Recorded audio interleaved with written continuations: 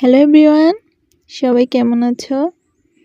আজকে ঘুম থেকে উঠে সকাল সকাল কুমড়ো গাছ দেখতে গেলাম। পুকুর পাড়ে কয়েকটা ফুল ধরেছে, কুমড়ো কয়েকটা ধরেছে। কেন পচে যাচ্ছে জানি না, কি দিলে পচবে না তোমরা কমেন্টে একটু বলে দিবে।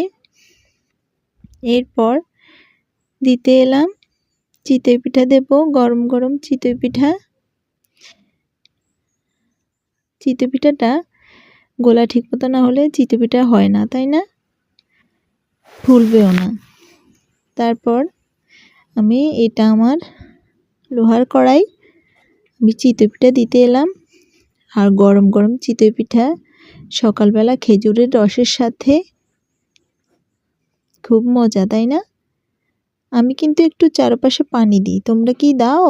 আমার হয়ে গেল গরম গরম চিতই পিঠা, খেজুরের রসের সাথে খেতে খুবই দারুণ লাগবে, তাই না?